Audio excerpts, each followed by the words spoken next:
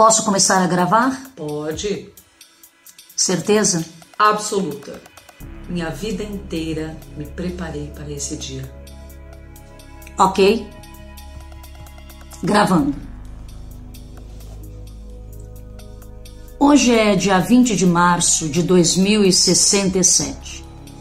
Vou iniciar agora a entrevista com Erving Goldman. Qual o depoimento que você gostaria de registrar para nós nessa Live Break News? Tanta coisa, difícil começar. Vou começar antes do começo, se é que isso é possível. Em 2008, tornei-me CEO do banco Goldman Sachs. Na época, iniciamos um projeto que chamamos de Jornada da Digitalização da Economia. Foi quando nos unimos a algumas das maiores empresas de tecnologia do mundo naquele tempo. Nosso objetivo era o de sempre: cortar custos de um lado e rentabilizar do outro, com produtos inovadores para aqueles idos tempos que antecipavam tendências, inauguravam o mercado, criando monopólios.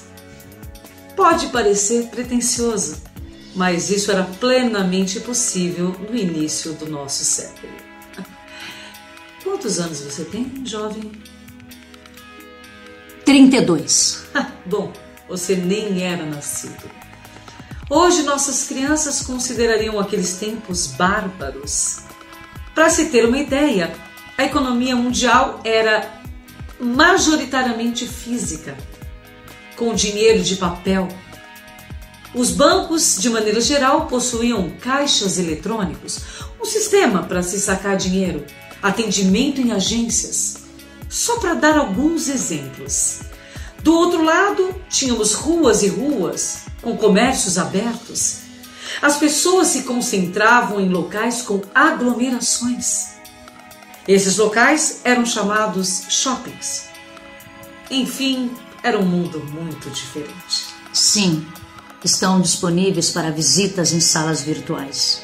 De todo modo, tínhamos todos os recursos para avançar, mas as pessoas ainda tinham hábitos ancestrais.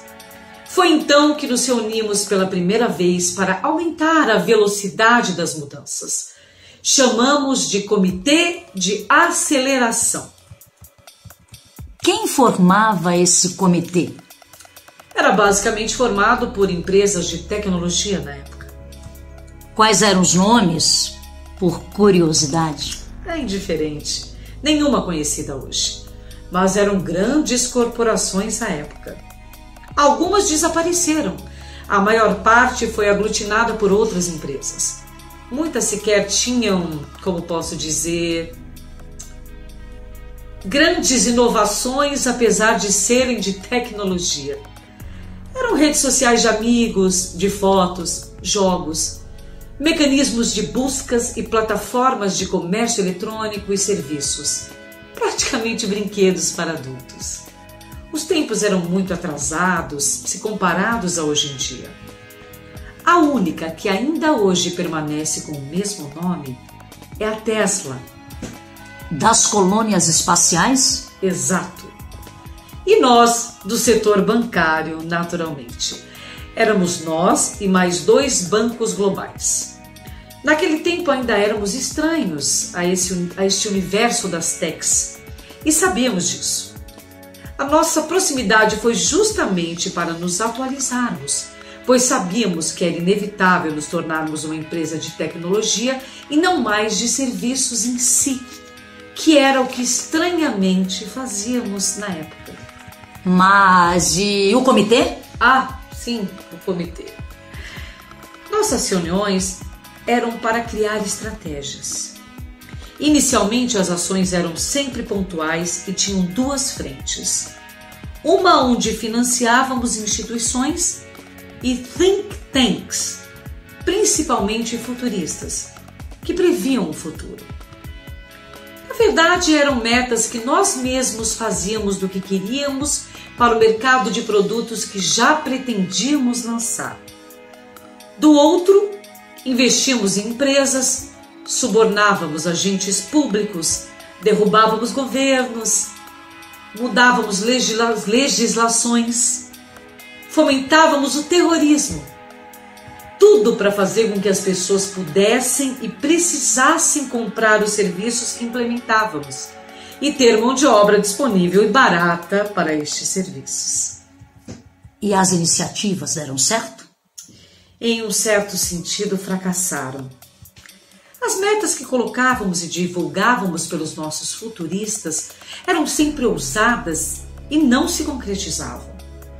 Ou a velocidade que isso acontecia era, digamos, decepcionante. As pessoas daquela época tinham costumes muito fortes, muito enraizados. Sair à rua para comprar coisas, usar dinheiro em notas, dinheiro, serviço de restaurantes para praticamente todas as pessoas. Os trabalhadores ainda atuavam em escritório e eram muitos. Ora, era preciso diminuir o número dos empregados e aqueles que fossem importantes, mantê-los em casa para uma melhor performance e poupar estruturas imensas e absolutamente ineficientes. E o que vocês fizeram para mudar este quadro? Foi mais ou menos em 2018 quando nos reunimos e a ideia primeiro apareceu. Uma das empresas, a Calipo, que era uma empresa de biotecnologia pertencente a uma delas, não me lembro bem qual, nos prometeu uma solução. Um vírus. Todos ficaram estarrecidos no começo. Calma, calma, diziam. Na verdade, seria uma cepa retirada de animais que seria mortal na medida certa para apenas uma parcela ínfima da população, mas que se espalharia rápido. Foi feita uma longa explanação por um infectologista sobre os efeitos e que perfil de pessoas afetaria de forma mais grave e eventualmente mortal.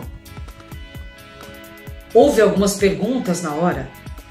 Mas se apenas 1% em média morreria, porque então conseguiríamos nosso objetivo? Foi então que ele mencionou os grandes diferenciais desta espécie de coronavírus. Lembro até hoje dos tópicos no slide. 1. A rapidez de infecção. 2. A resistência do vírus incubado. 3. A demora na recuperação dos pacientes. Eram apenas simulações e testes controlados em áreas remotas do mundo, mas calcadas em cálculos de supercomputadores. Pois bem, foi então que mais questionamentos surgiram. Lembro que o meu foi mais incisivo. Mas o que fará os governos se alarmarem para fechar os comércios? Nossa hipótese é que eles inicialmente não terão dimensão da gravidade, até para não alarmarem os outros países. Isso será suficiente para se espalhar pelo mundo. E se não alarmar no início, por que o fariam depois? Nossa hipótese é que, apesar da porcentagem teoricamente pequena de casos graves e de uma parcela específica mais envelhecida em grande parte, será em um número maior do que qualquer outra doença ou fatalidade rastreada. Quando as pessoas começarem a conhecer parentes, amigos e vizinhos falecidos, em especial nos países desenvolvidos, com uma população mais velha, isso será suficiente para gerar a quarentena que precisamos. Outro fator que deve ser crucial é a pressão sobre o sistema de saúde. Um doente grave, pelos testes que realizamos, demanda cerca de 3 vezes mais tempo de UTI do que das outras gripes.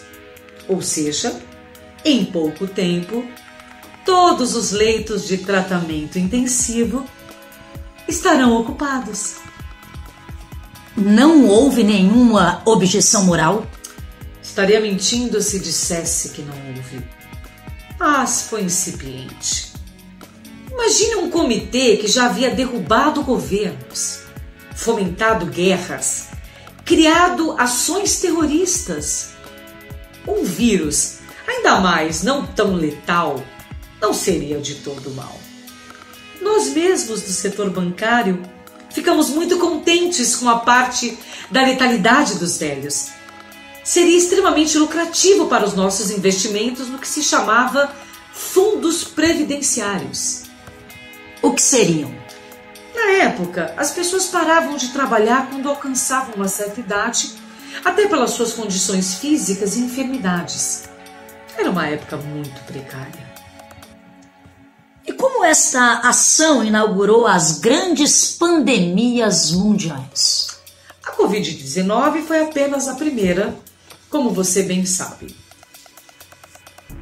Ela matou cerca de 2 milhões de pessoas até 2021 em todo o mundo.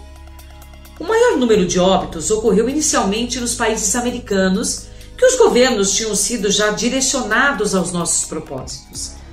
Depois foram as grandes metrópoles africanas e no populoso Sudeste Asiático. Porém, mesmo assim, 2 ou 3 meses depois do platô, as pessoas voltavam às ruas. Perdoe-me as memórias esparsas. O primeiro backup que fiz de memória foram anos depois destes acontecimentos. Sim, claro. Eram outros tempos. Conte como foi esse retorno. Algo que não previmos. Logo que o susto passasse, as pessoas voltariam à tal normalidade. Isso já tinha ocorrido antes e era um padrão. Poderíamos ter previsto, mas nossa equipe não era formada por pessoas que estudassem o assunto. Afinal, como surgiu a segunda pandemia mundial? Essa, por incrível que pareça, foi espontânea. Ou, se foi planejada, não participei. Sabíamos que tinham comitês ainda mais secretos, formados exclusivamente pelas techs, que não confiavam muito em nós e outras companhias do comitê. O vírus era ainda mais mortal, matando cerca de 5% da população mundial. Foi uma verdadeira comoção mundial. As mudanças que tinham sido aceleradas finalmente se consolidaram. A economia finalmente se tornou digital, o dinheiro em papel desapareceu, o trabalho se tornou remoto, até finalmente ser substituído em grande parte pela inteligência artificial. Enfim, as bases da nossa civilização estavam finalmente implementadas. E por que essa denúncia agora, décadas depois do ocorrido? Bom, estou perto de me desligar espontaneamente. Não pretendo deixar minha consciência. Por mais medicamentos que tomo, não consigo ter o mesmo entusiasmo que tinha. Viver 110 anos para minha geração deve ser diferente do que será para a sua. Minhas projeções mais otimistas quando nasci não passavam de 80 anos. Mas tem algum objetivo maior para dar um depoimento que mudará os registros da história? Apenas um. Ser um dos responsáveis por todas essas mudanças que impactaram tanto a humanidade positivamente, de transformar a civilização, não poderia desaparecer comigo. Você se considera um herói? Talvez não um herói, um idealista que fez tudo o que pôde para mudar o mundo. Fim da gravação.